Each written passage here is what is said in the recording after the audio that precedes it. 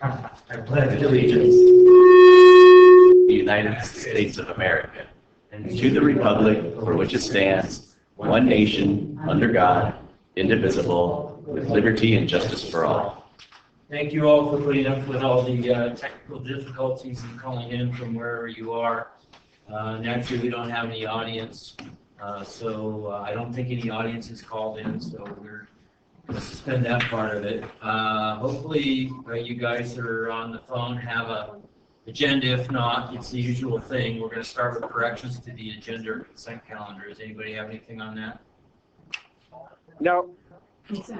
No. Okay, I'm going to make a motion then to adopt the consent calendar. Excuse me, isn't there items to be added? Yes, there are. Oh, that's right. I'm sorry. We have to have a vote here. Sorry, guys. What we're going to do is, number one is, where'd it go? Okay, we're pulling agenda item 4C, so that's a change. We'll just deal with that later. We're proposing two more emergency actions, and both of these will need to be there. Everyone's here, so it'll be 4/5 of the board.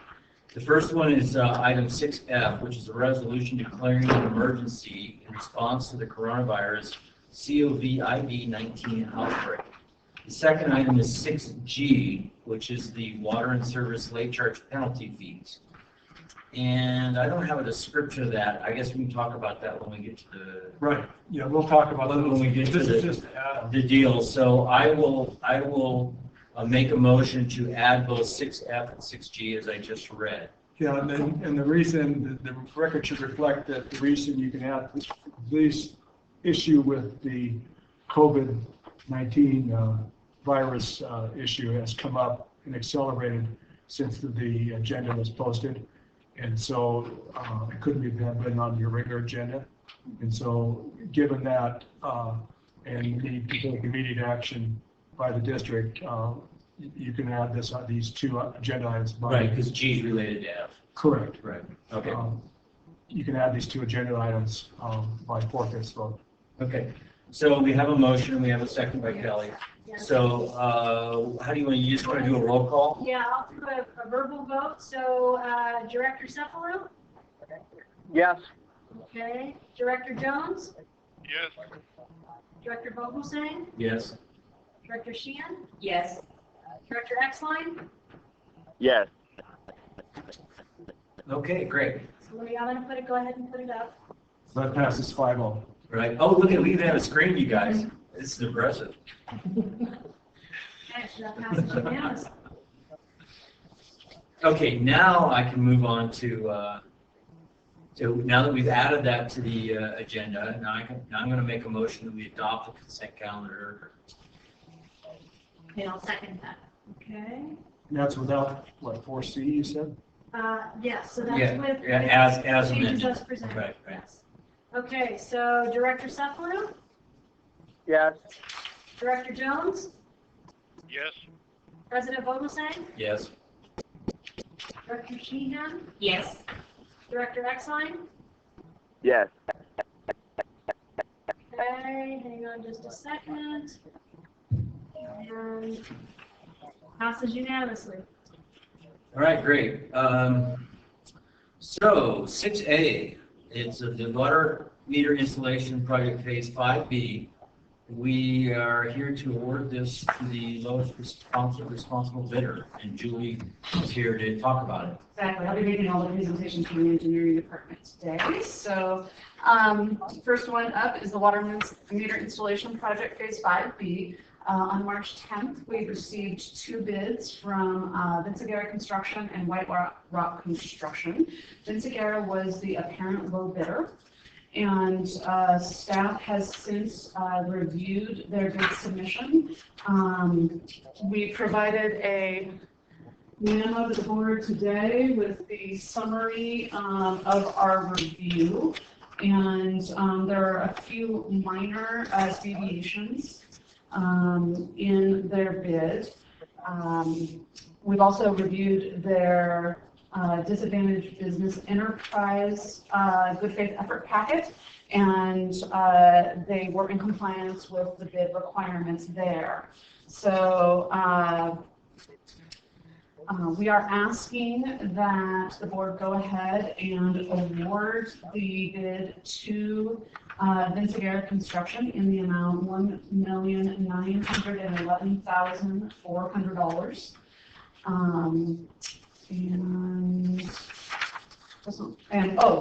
Waive the minor deviations. I guess waive the minor deviations first and then award the bid. Do you have any questions?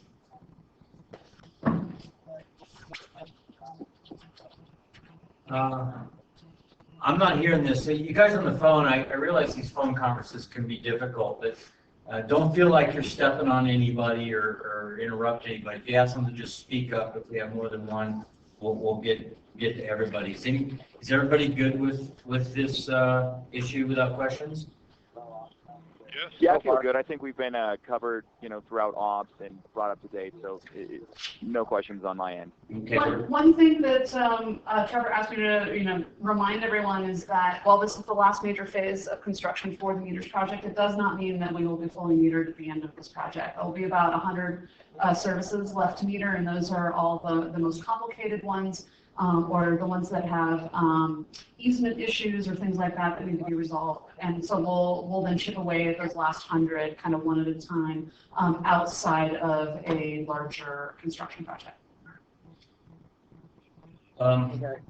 The only comment I have is we're spending $1.9 million in a very unsure economic environment moving forward. And I'm hoping that this whole deal passes and then in a couple of months it's in the rearview mirror. But what if we have a really bad economic downturn because of this, beyond recession kind of thing?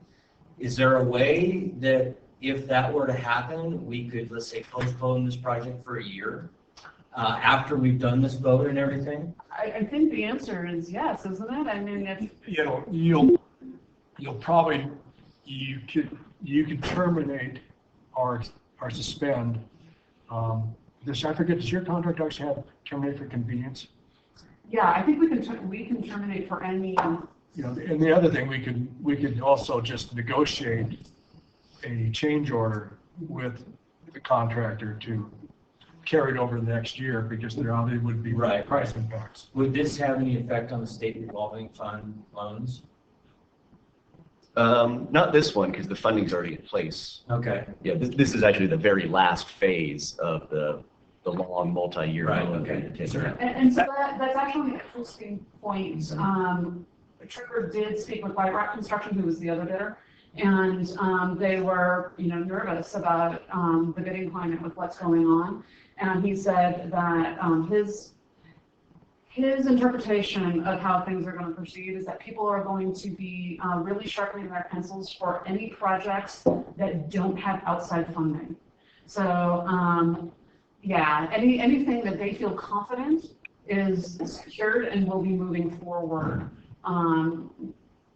They expect that we're going to see better prices on them because people are going to be hungry for those because they feel confident they'll actually get to do the work. So. Well, Randy brings up a pretty good point. It's Chris speaking here, and I don't mean to sound like Chicken Little, but depending on how deep this thing goes, and it could go very deep, we may be postponing any rate increases, probably be looking for cutbacks in O&M, possibly even salaries and benefits may be affected at some point. And again, this is speculation at this point, but it should be in the back of your minds, because that may be the next step. Question for Paul.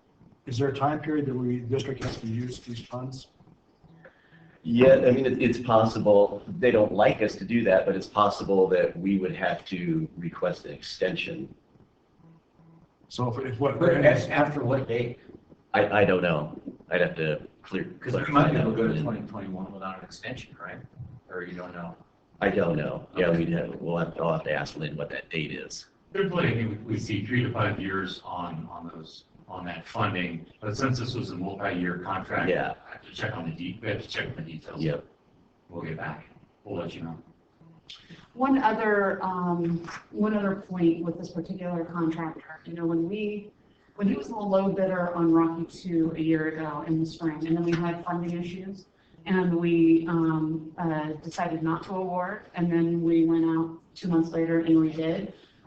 He had a problem with that, and now there was no basis behind it, but I would expect to hear the same kind of complaints coming from him if we did something similar in order to get a better price.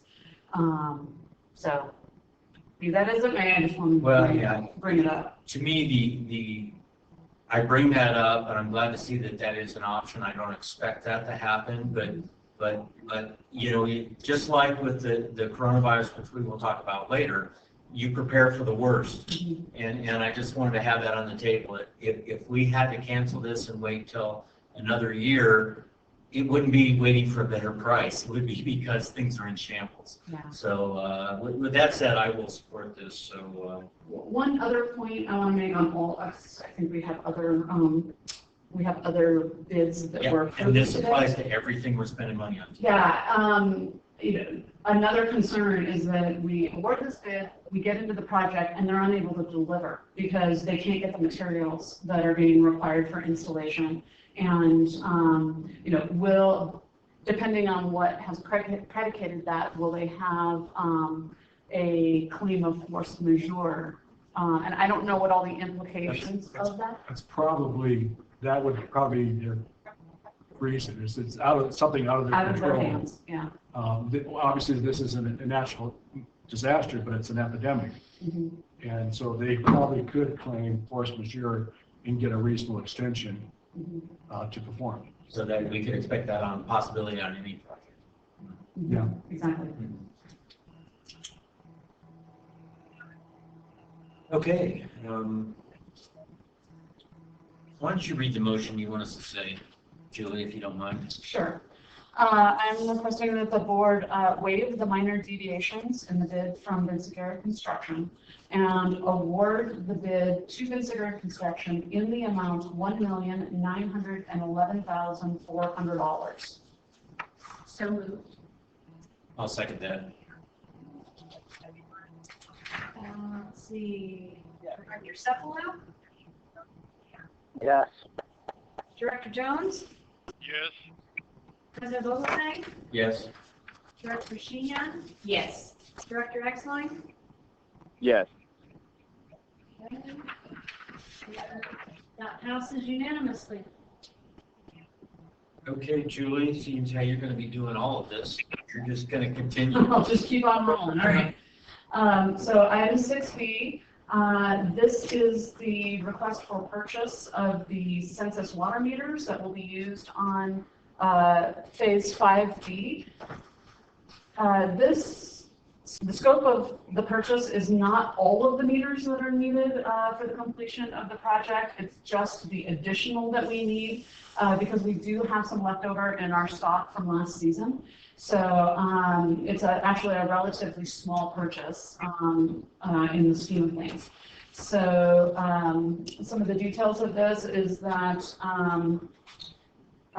we have named census meters and the radio read units as sole brand items. And Western Nevada Supply is actually the only supplier of those items in our region. And so our contract is directly with them. It was not bid. So are there any questions about what we've got here? No.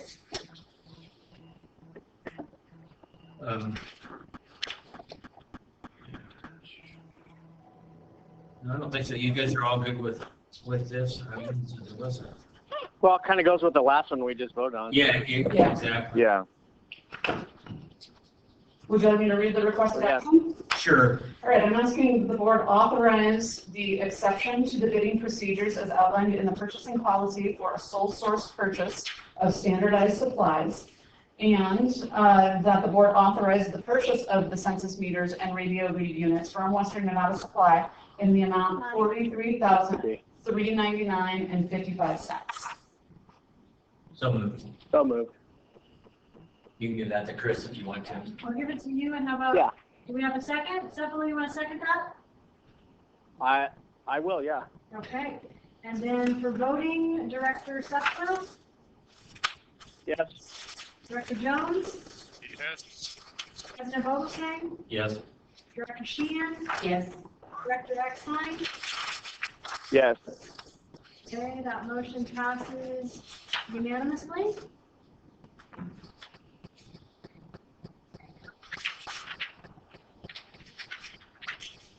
All right, are we on to item 6C? We are.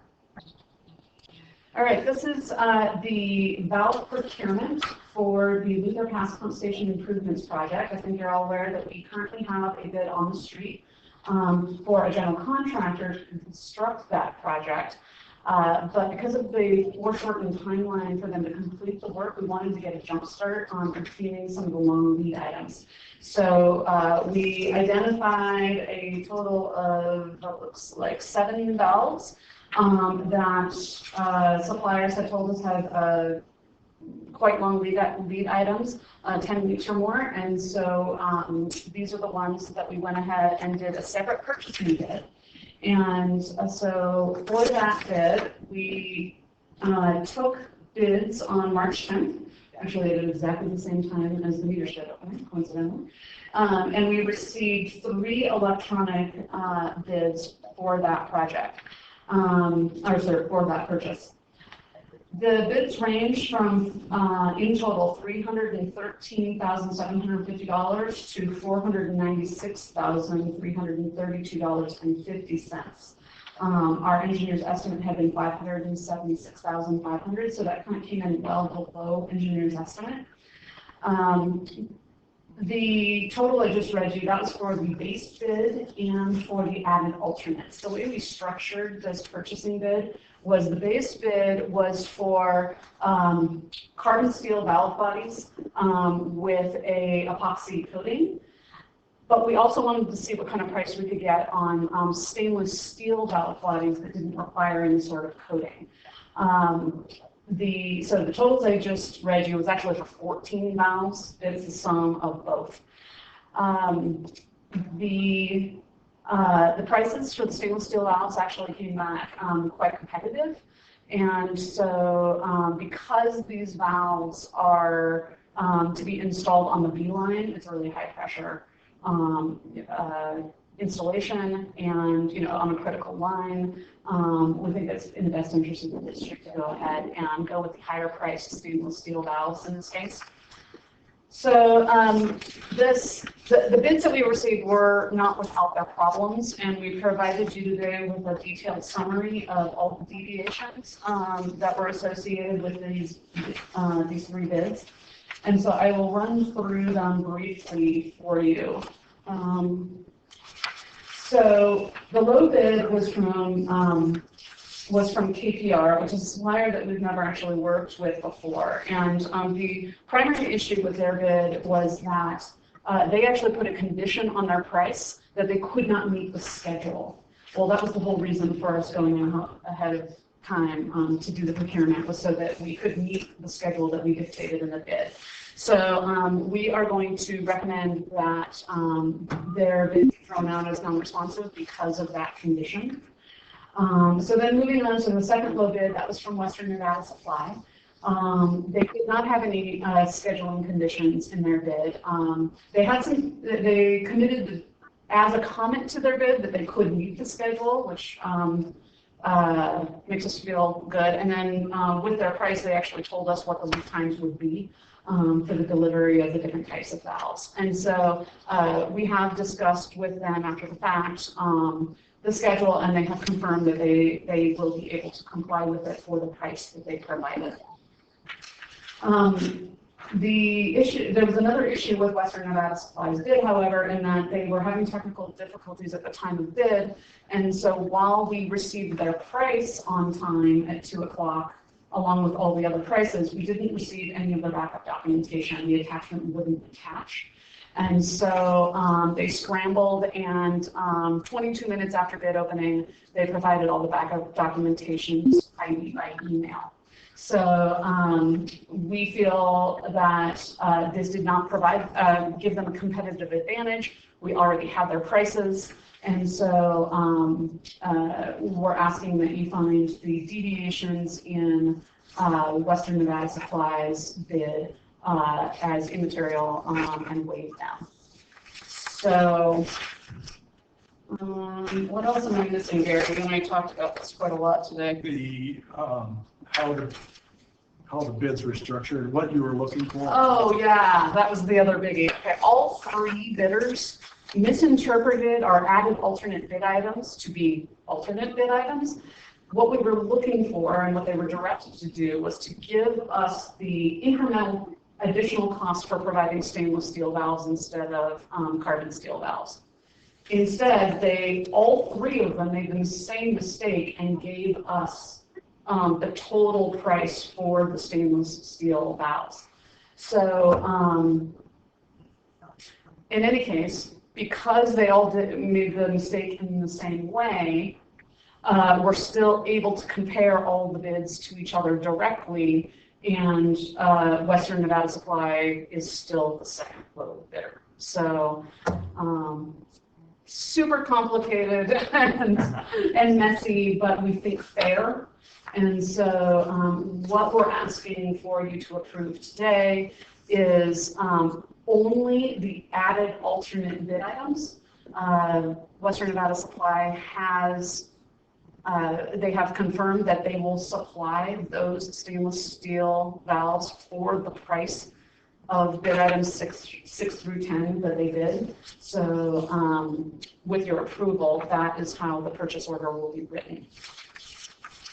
Just a little thing, I've always considered that if I told 3 people something and they all misinterpreted it, it was probably on me. Right? So Yeah. just a little I know. thing to throw out there. Yeah, and so and we looked at it, right? I mean, in my mind, it was clear the way it was written. Maybe they just didn't read the fine print. I don't know. I think it was clear enough, and they just gave you a price for, all the steel ones, and then a price for all the stainless steel ones. But you ended up the same spot because Right. the base bid plus the additional cost for stainless steel is the same as the stainless steel bid itself. So Yeah. there wasn't no one's getting any advantage or anything else, and you had them all locked in already. So, yeah, but your point is well taken, and next time we go about this, we'll definitely take a second look at how we're wording it and making sure it's clear. Thank you for that. So would you like me to read the motion, or are there any other questions? Anything to discuss before we get with the motion, you guys? Yeah, no, I don't need any. All right, well then, staff is requesting that the board find the bid from KPR Engineering and Procurement as non-responsive for placing a condition on the required delivery time. That the board reject the bid from KPR Engineering and Procurement. That the board waive the minor irregularities identified in the bid from Western Nevada Supply. And that the board authorize the pre-purchase of stainless steel butterfly and ball valves for the 2020 Luther Pass Pump Station Improvements Project from Western Nevada Supply in the amount of $273,020. So moved. Second. Second. All right, we have a motion and a second. Director Sutcliffe? Yes. Director Jones? Yes. President Vogelsang? Yes. Director Sheehan? Yes. Director Exline? Yes.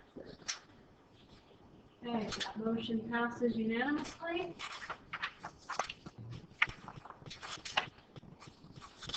On to the next. Okay, next we're going to talk about blower system emergency power. All right, the blower system emergency power improvements project. Back in January, we put out an RFP for consultant support for the alternatives evaluation, business case evaluation, and design of these two projects together. The district has been awarded a $750,000 grant from FEMA to make upgrades to the emergency power system at the blower building in the wastewater treatment plant. And then also, over the course of the last year, we have been doing an energy audit secondary system that was funded by the State Water Resources Control Board. And so we thought it was a good opportunity for us to combine these efforts under a single alternatives evaluation and design so that we can really bring these 1987 era facilities up to modern standards. All at one time. So those proposals were due on February 14th. We only received a single proposal. That was from Crowell Engineers, who had actually performed the energy audit within the wastewater treatment plant over the course of last year. Because of their work on that project, they have a unique knowledge of the system. They really have a handle on what the district is looking for, and so we are comfortable that even though we didn't get to see proposals from other consultants in this case, that this really is the best team for this project. Now to the work that they proposed. It was really quite extensive. Because I think they know us and our needs so well, they proposed a number of optional things that we might want to look at the same time. And so the proposal that they put together was, I think, further than we wanted to go at this time. And so staff sat down with the consultant to try and really rein in the scope and figure out the best way for us to move forward. And so our recommendation is that we actually not contract with Corolla for the entire scope at this time. We'd like to just take the first step. And so the plan is to proceed with them on the alternatives evaluation and business case analysis and the basis of design report now. That'll take us through about August, September timeframe of this year. And then once we have a better handle on not only what exactly are we going to build, but how are we going to contract that work, how many plan sets do we actually need, then we'll come back to the board to authorize basically the next phase of work. So while we've provided you here with their scope of work and cost estimate for the entire effort, which is coming in at over $1 million for 2 plan sets and all the alternatives moving forward that you might consider, we're only asking that the board authorize the first phase today, and that's in the amount of $260,179. So do you have any questions on what we're doing here? Hi, Julie. This is Nick. Yes. Based on the known variables, of course, when would we anticipate phases 1 and 2 done? Kind of just a ballpark. Very good question. So based on funding limitations right now and not wanting to, not being able to totally front load the 10-year plan, we are looking at installing the emergency power improvements in 2021 and then waiting to do the rest of the blower system improvements. That would include efficiency improvements with jockey blowers and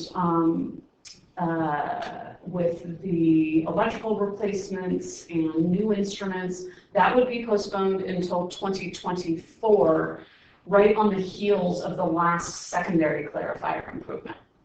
And what we're anticipating is that all this work, all the work on the blowers, both the emergency power and the system improvements, would be contracted together with the second 2 secondary clarifiers.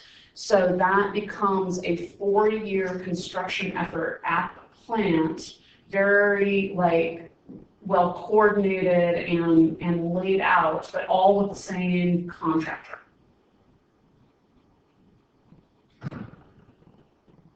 So it commence in 24 and it go till 28? No, the first phase starts in 21, and the last phase, the last year is Oh, I see. Where 24. So, I see. Okay. yeah. Stepwise, it's blower power in 21, the second clarifier in 22, the third clarifier in 23, and then the blower system improvements in 24.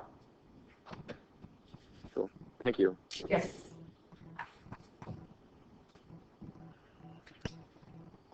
Okay, anybody else? You good on this? Let's, why don't you give us a read so we can. Sure. I'm asking that the board approve the proposal from Corollo Engineers in the amount of $260,179 for preliminary design services for the blower system emergency power and improvements project, and to authorize the general manager to execute task order number 19 for the master services agreement with Corollo Engineers Incorporated. So moved. Second. Okay, we have a motion and a second. So for voting, Director Sefalo, Yes. Director Jones, Yes. President Vogelsang, Yes.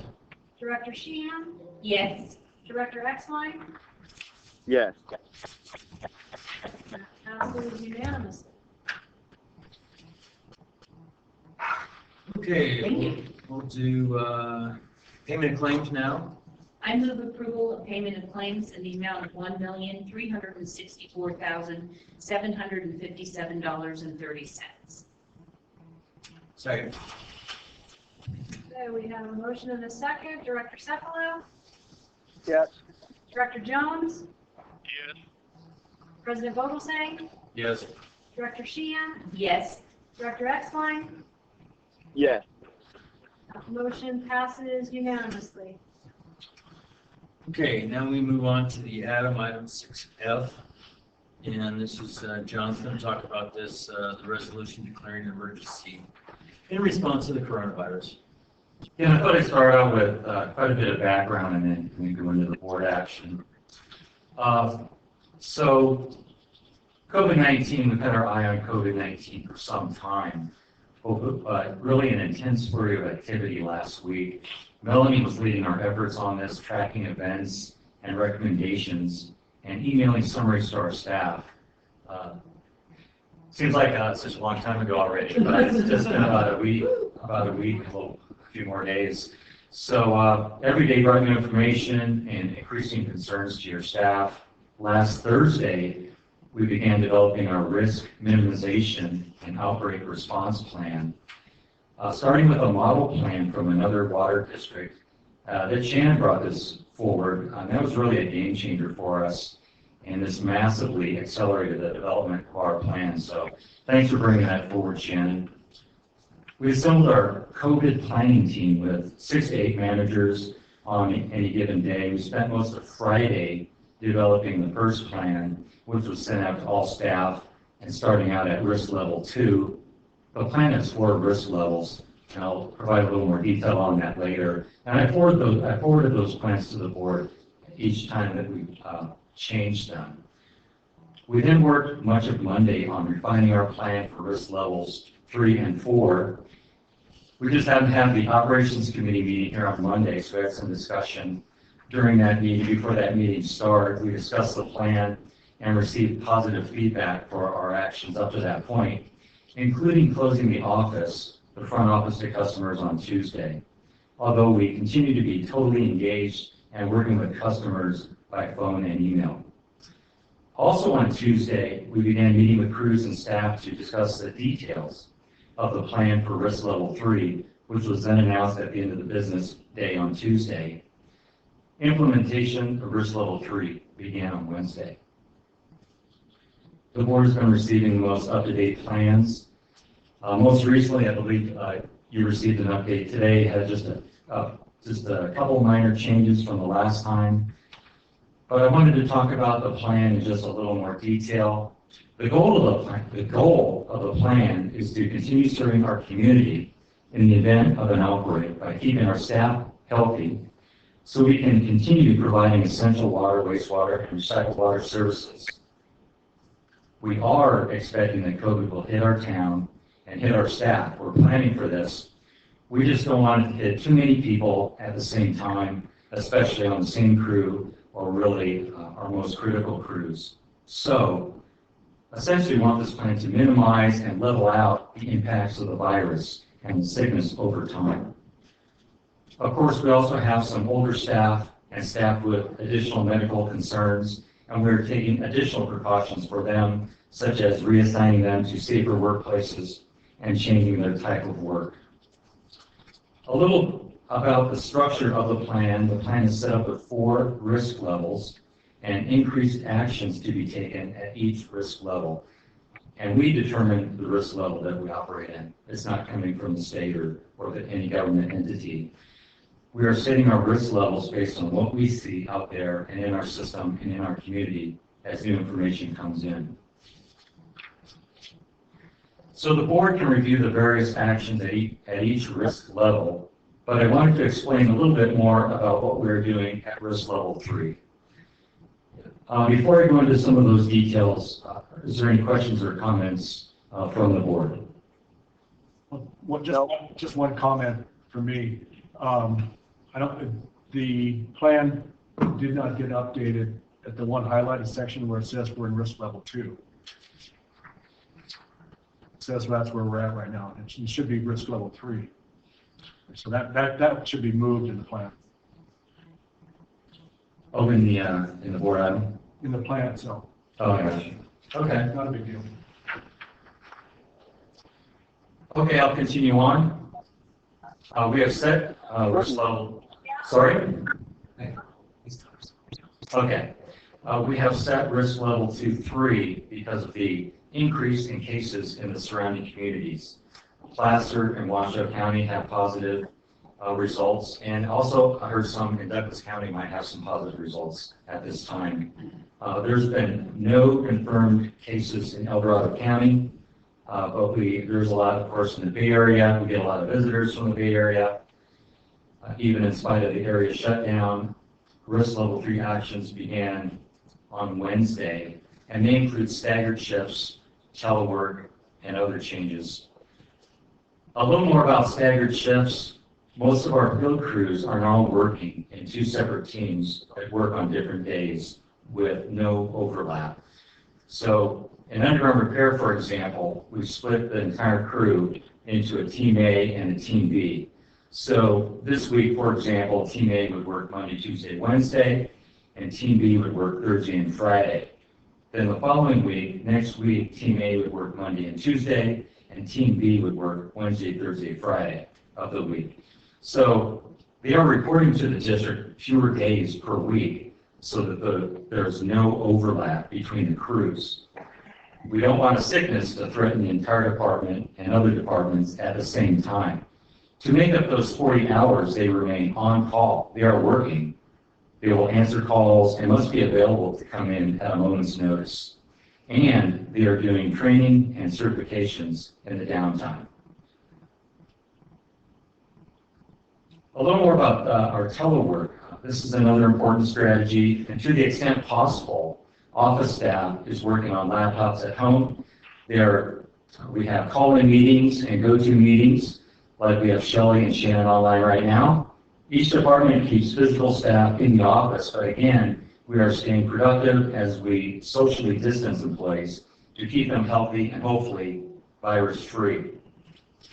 And really with Brian here, I must say our IT department has been really incredible in this effort in just a short period of time, getting many of us set up on remote workstations and online functions. So thanks for that, Brian. Please pass that on. And actually, our entire staff has really come together on this effort. The COVID planning team was efficient and effective in just a really short time period. Our field crews, they were looking to do more as they usually do, coordinate more and step in and help all of the crews. But this is different. Here we say, you need to separate as much as possible. So it's different, but they get it, and they really appreciate the district's action and our response plan to help them stay healthy for the community and for their families. I also want you to know that we've been working as a proactive community partner. We've been in contact with the city, Tahoe City, North Tahoe QD, Tahoe Truckee Sanitation Agency, Truckee, North Star, SWAT, Alpine, Lupins, Keys, Lakeside, and others. And many of them have been using our plant as guides for their own agencies.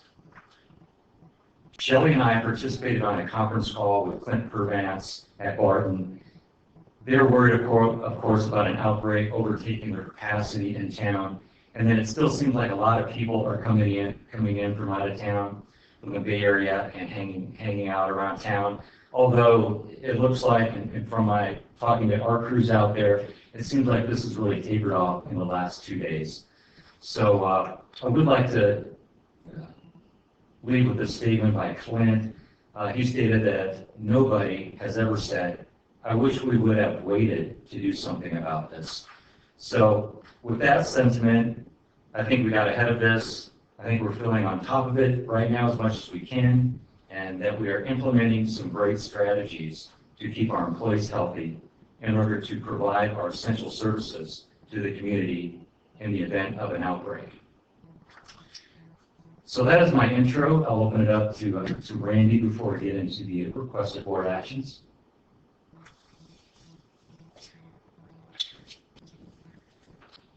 Any comments? Questions out there? That was, by the way, for those of you on the phone, that was my brilliant insight. So I realize this has all come quick, and I agree with Melanie's sentiments. It's like that last week seems like last month, but I think staff has done a lot of work on this. It's pretty detailed. I think John kind of summed it up. I sincerely hope that I am right in thinking that this is much ado about nothing. But on the other hand, I can't recommend us treating it that way, because the consequences of being wrong would be way, way too drastic. So right. I think that I want to applaud staff for being out ahead of this. I don't know if anybody else has any comments on this. The problem we have is we just don't know how far it goes out, right? I mean, We have no at the end of the month, it could be 18 months. I mean, if you look at the reports that we hear on the news, 6 to 18 months, right? That's a long time. You know, Chris, the buzzword is flattening the curve, right? We've heard that so often. Well, have you ever looked at the flattening the curve? They took a steep curve and they flattened it. Well, what they did is that flattening drags the timeline out like twice as long. So the idea, I guess, is yeah, you don't want people dying with the big high spike, and in trade-off for that is we're in a longer period of time of having to deal with possible contagions. Take longer, hoping summer conditions will We'll smooth it out, yeah. But maybe we get ready for a rebound in the fall. So we'll see. We don't even go there. Oh. Where'd you hear that? This is sunshine. So. The worrisome part of this whole thing is the economic impact it's going to have. I mean, That's on what makes vacation me. rental, I've had people canceling all the way through July now. So March, April, May, June, and some of July is basically gone, right? Kelly's restaurants essentially closed. People out of work at the casinos and the ski resorts. That's kind of why I made that comment earlier, even though it sounded kind of like gloom and doom. But, I mean, those are things we got to start thinking about. I really Besides do. just taking care of our crew, and our ratepayers are the ones that are really going to be impacted by this at some point, unless it goes away in a week. Chris, I'm not gonna call you doom and gloom on that, because I think you're right. I think the potential for really severe economic impact is very high. I mean, I just got a notice that 3 regional airlines have already shut their doors, and they have supplied, services for years, gone. And just what I see in my little business, but I think it's going to be pretty bad. Anyway, not to drag everyone down. No, I just want to thank John and team, Shannon, for keeping the board up to date, updating as new information came along, and Melanie, of course, for taking charge of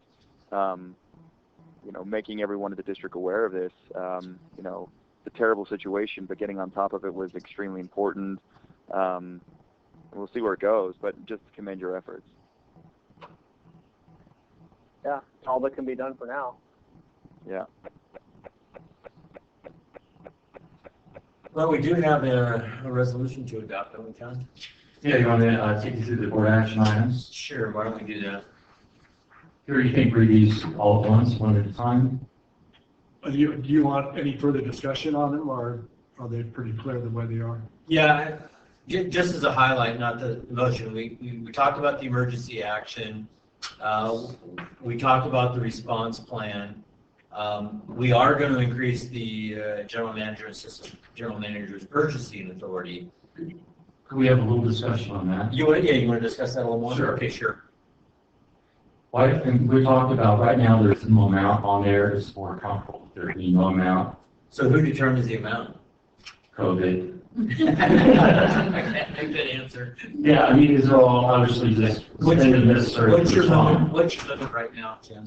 25,000, is that correct? 25,000. We turned around 100,000, but, So the thinking is something really weird and bizarre happens, and you might have to spend $100,000 on something, and the board is all over the place and having a hard time convening an emergency meeting. yeah, here's some things I'm looking at, and a lot of these things wouldn't be, reach that amount. But we're looking at potential needs for contract plant operators, if available, if needed. If we go to this risk level 4, we might be looking at some additional security at the plant, if needed, if available. But probably the items that we really don't know about, contractor assistance. Should we have a system emergency, need materials, need assistance from contractors, and we don't have enough staff for whatever reason? Those are kind of, I think that could push it up into 100,000 or more before the board can convene without emergency. One thing we talked about both on the phone and this morning is that the idea in the resolution, this would not something, it would be reported to the board at every board meeting, what happened in the last 2 weeks and what monies were spent. So you're not going to, the district, John and Shannon in their additional spending authority would not be able to get out well ahead of the board more than 2 weeks. So you would have a check at that point to see if you think things are going the way that it should. And I'm also thinking that if something like this were going on, John would be in communication with the board anyway. Sure. Totally, and we can always call a special board meeting, so. And I think item number 4 kind of relates to that. It delegates the authority. Sure. One does the money, the other does the authority, right? If I read that right? Correct. Okay. Yeah. How do we feel about a number on item 3? I think it's whether the board. Are we okay without a number? I'm supportive of no number. Yeah, I think I am too. If I just trusted John and thought he really needed a cap, otherwise he'd just be out of control, he probably wouldn't be seeing that. Right. And there is a limitation. It has to be for this emergency. Right. And like I said, I'm sure he will be in communication with all the board to let us know what's going on. Yeah, I mean, if you wanted to add something like that, you could, that if he's going to go over his spending authority, that he could at least notify the board president or something, or if you want something like that. I'll just do it, but. Yeah, that means we need to set a limit, right? Yeah. Right. No, I'm good with times. You just have to give John, Yeah. John's credit and character. I feel, this is unnecessary. I think give him the unlimited authority and the trust moving forward. And based on the information I've gotten throughout on the updates on the plans and so forth, I have zero concern that there will be any issue communicating to the board. Yeah, I'm fine the way it is. Does Okay. it have an expiration? It's until the next board meeting. So this needs, okay. so this needs to be reauthorized at every board meeting. No. So, This would go in place. Sorry. This would go in place almost like we do on emergency for public works. there would be a report at every board meeting on the status of the emergency and expenditures, and the board will decide when to terminate the emergency. Okay, I like that better. Okay, thanks, Gary. Yeah. So the requested board action, adopt resolution number 3137-20 determine an emergency exists as defined in Government Code Section 8558C. Approve the South Tahoe Public Utility District Coronavirus Risk Minimization and Outbreak Response Plan.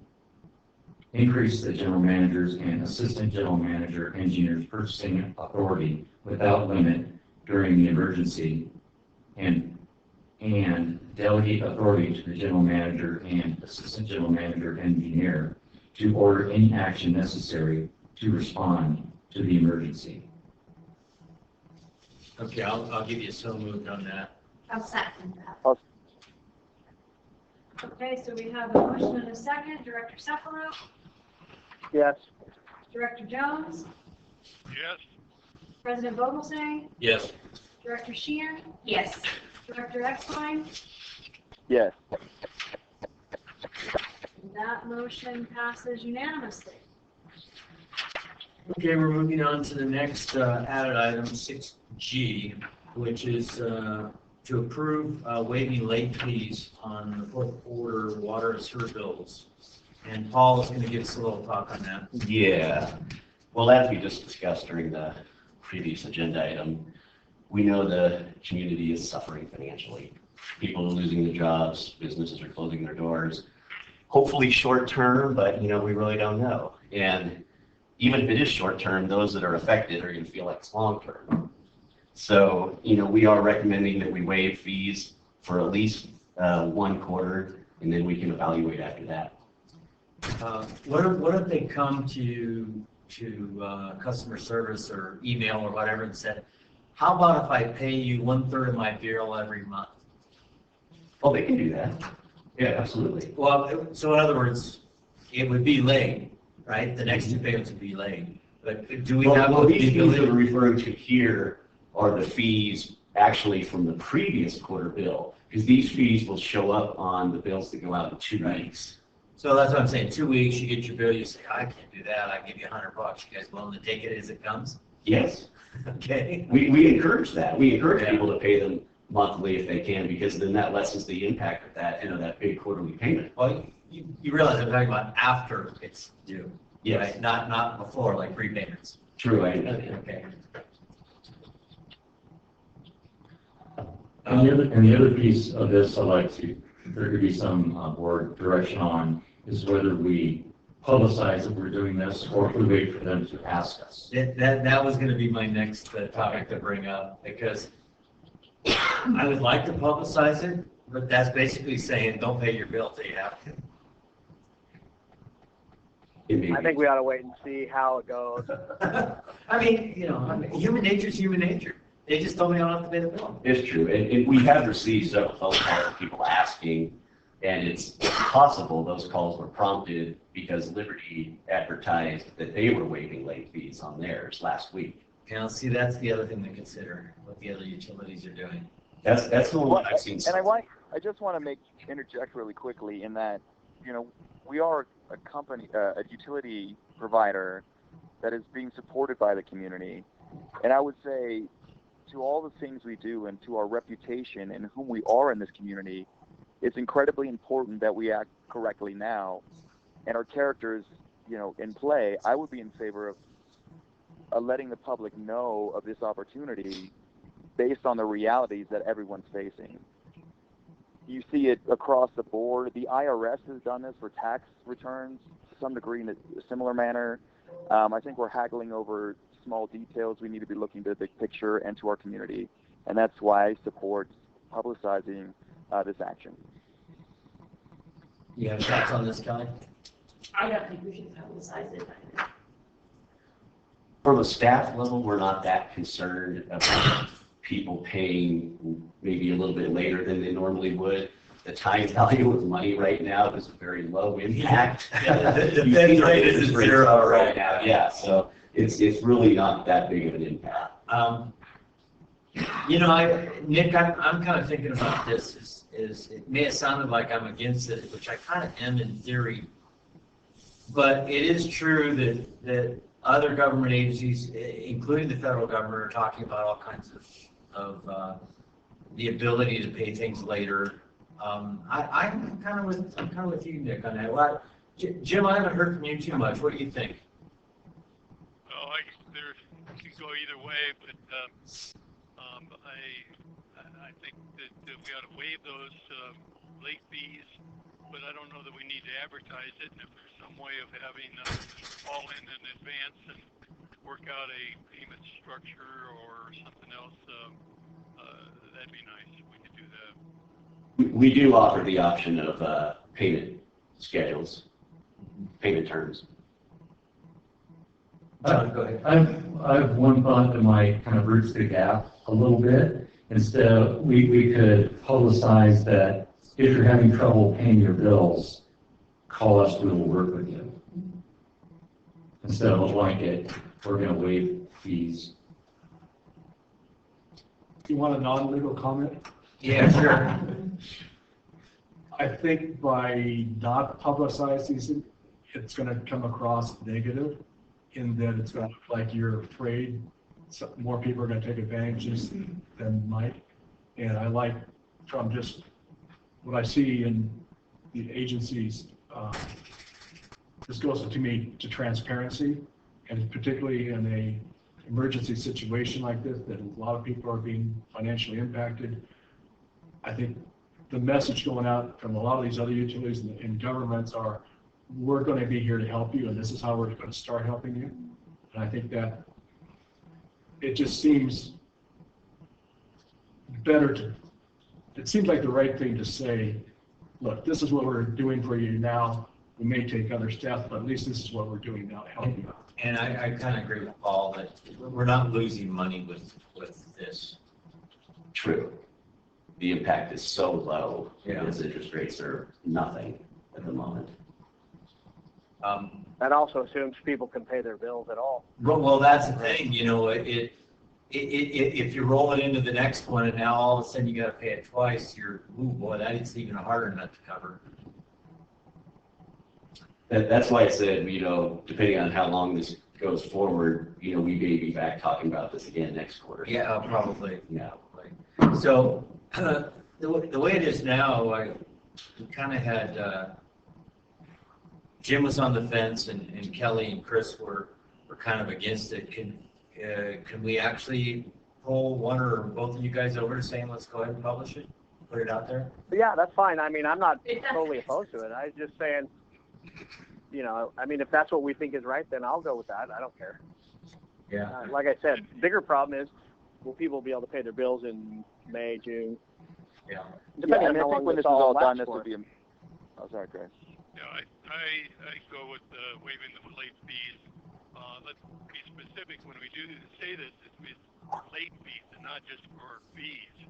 And that encourage people, if they have a problem, to contact the office there and work out a deal.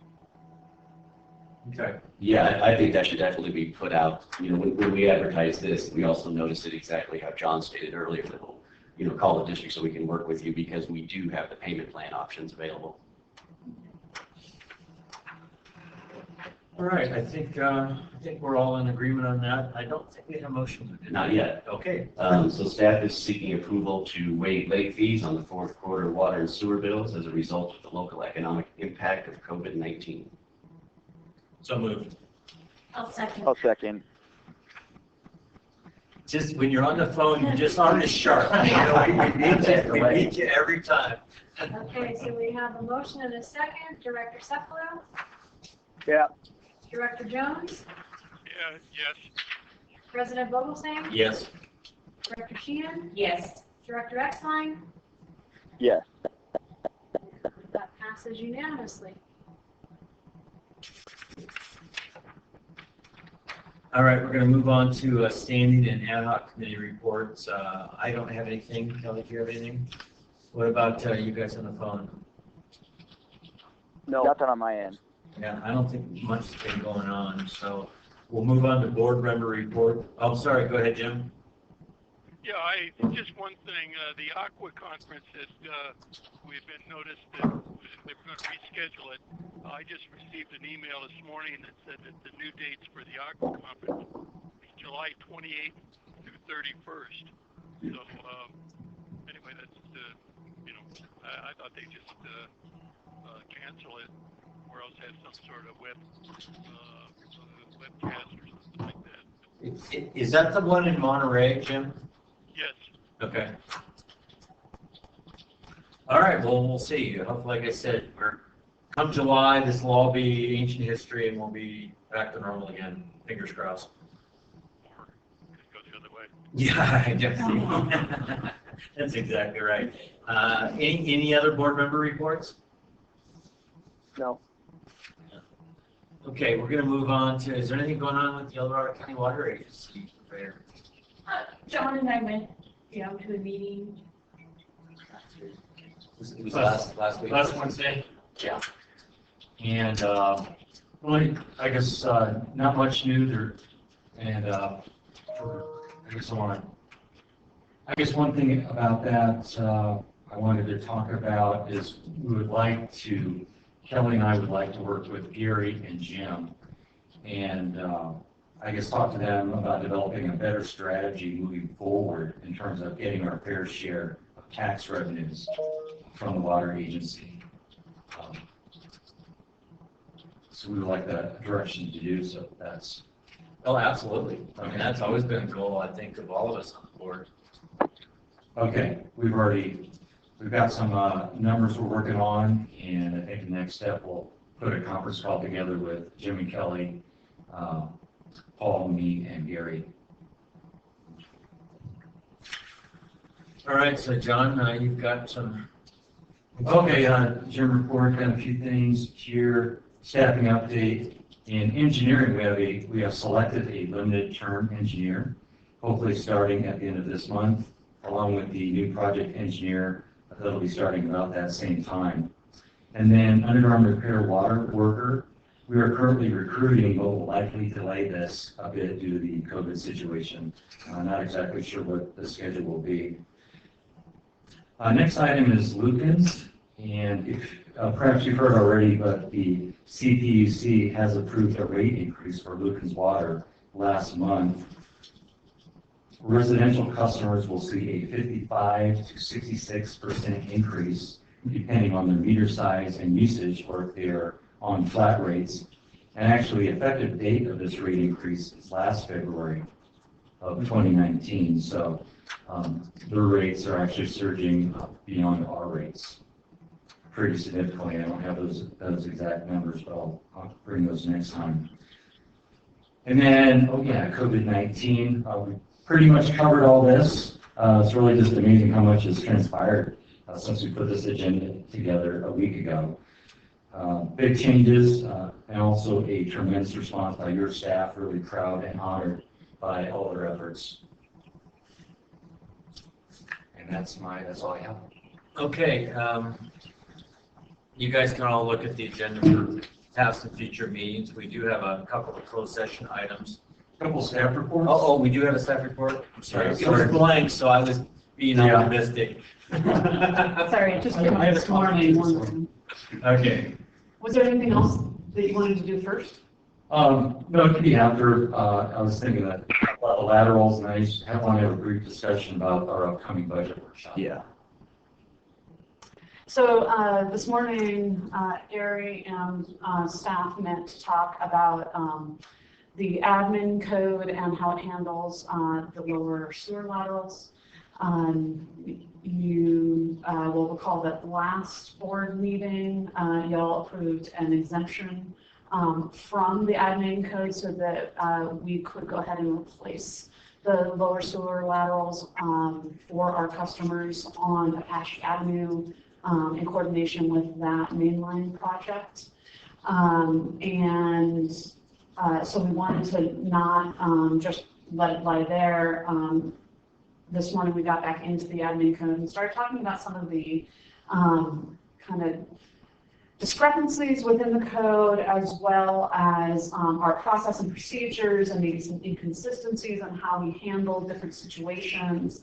And as we were having these conversations, one thing kept coming up over and over again was the ownership status of the lower lateral. And so, you know, the district currently has no ownership on the laterals at all, and yet these laterals feed into our system, and they're a large source of I&I for us.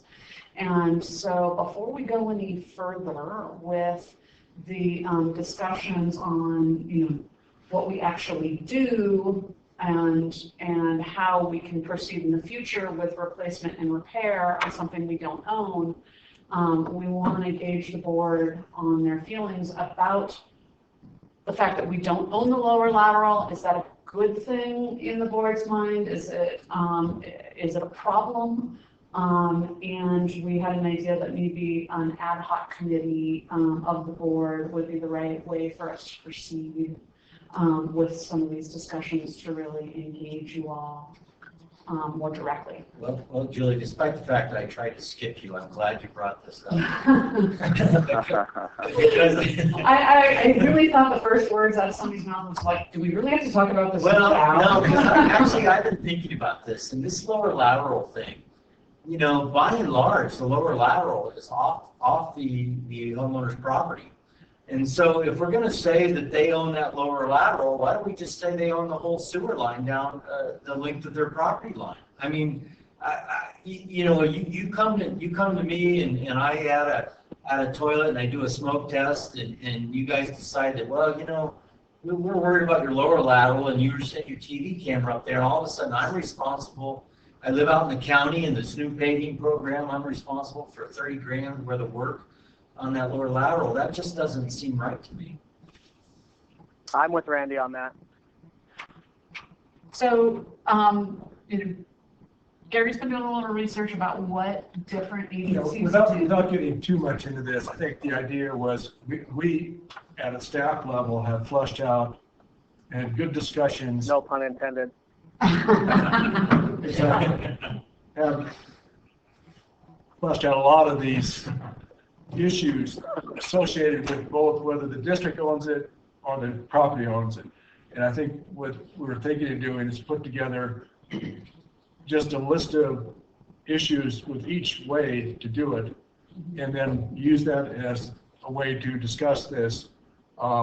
So with a committee, and then because it's not just one thing. There are multiple things with each one, whether it's not just ownership, it's repair. I get it, Gary. With a lawyer, nothing simple. I get that. Well, and the way, like Julie said, there's the way it's written now, the way staff in the field actually do the things, they're not consistent. And so there are things that no matter what happens need to be cleaned up. But the idea, once this issue was raised by this one project, before we get to the next project, staff would really like to get direction on what's the best way to clean this up and do it in a way that we think is good for the district and good for the customer.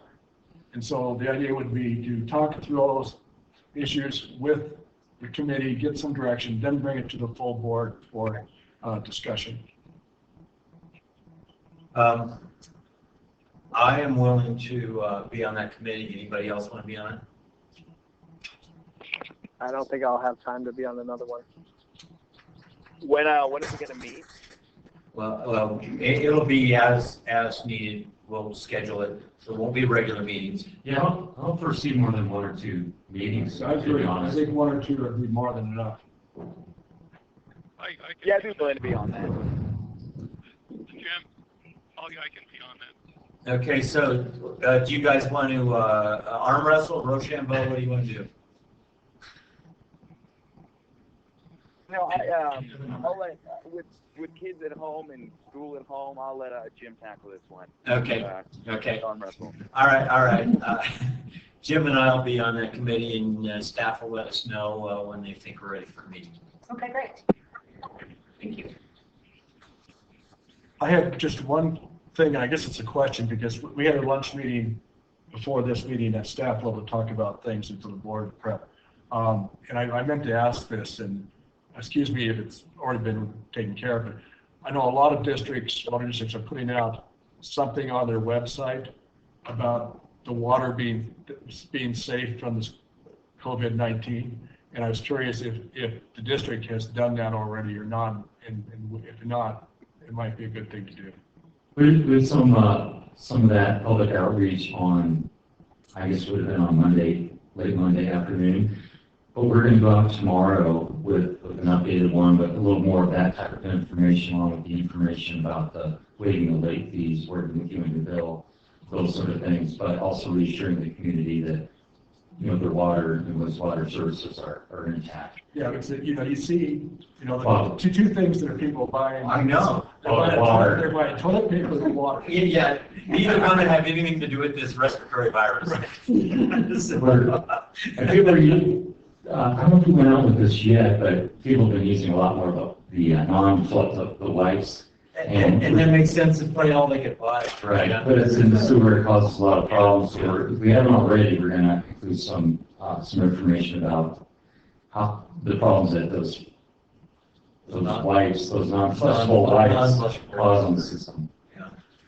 Yeah, I think it's a good thing. I don't think that way, but I think a lot of people need to be ensured that water is good and that they can hoard toilet paper all they want. They don't need bottled water. At least they don't have to spend their money on water. Yeah, if they want to hoard it, they can get those big potable water containers that all the places sell and just stack the garage full. Yeah, good point. Thanks, Gary. Okay. All right. So we done now? No, No? one more thing. Okay. We did want to talk a little bit about the budget workshop that's coming Oh, up the yes, 1st of yes. April, and how you guys want to handle that. If everyone expects to come in for that, I mean, because if not, we do need to hopefully have our technology in place so it'll work this time, because obviously there will be presentations for that meeting, and we want to ensure that every board member is going to be able to see that. Let me ask you this. Can we compress the time frame of these budget workshops to put them off later? Because I'm just looking at, there's so many unknowns with this virus. To start hashing out, are we going to know enough on April 1st to say, yeah, we want to increase rates, or do we want to just, batten down the hatches and try to ride this thing out? Well, remember on April 1st, you wouldn't be voting on anything. No, I know, but usually, correct me if I'm wrong, usually we would have a series of meetings that would discuss things. I was wondering if that could get compressed so that we can try to hopefully see if there's a light at the end of the tunnel or not.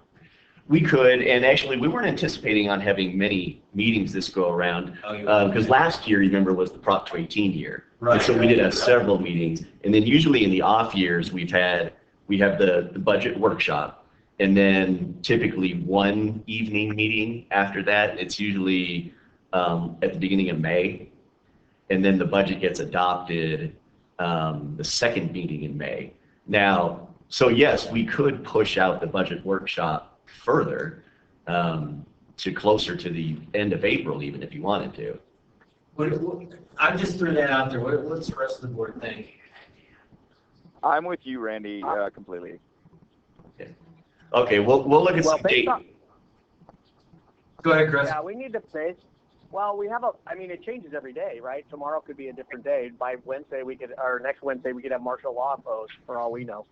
And so with that said, the longer we go, the more information we have. And even though I pose those things at a mostly inappropriate time, those are things we should be thinking about at that budget workshop. Okay. I mean, those possibly could come up as part of the discussion. And again, not trying to be the guy who's trying to rain on the parade, but that's the way it could end up going. So Based on what happens, I mean, just in our local economy, it's like turning off the power grid. It takes an hour to turn it off. It takes 5 days to turn it back on.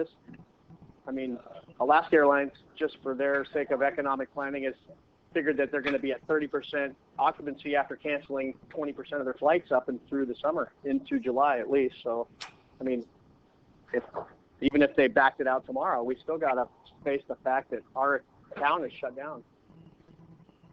Okay, well, we will look for At some, least for a month.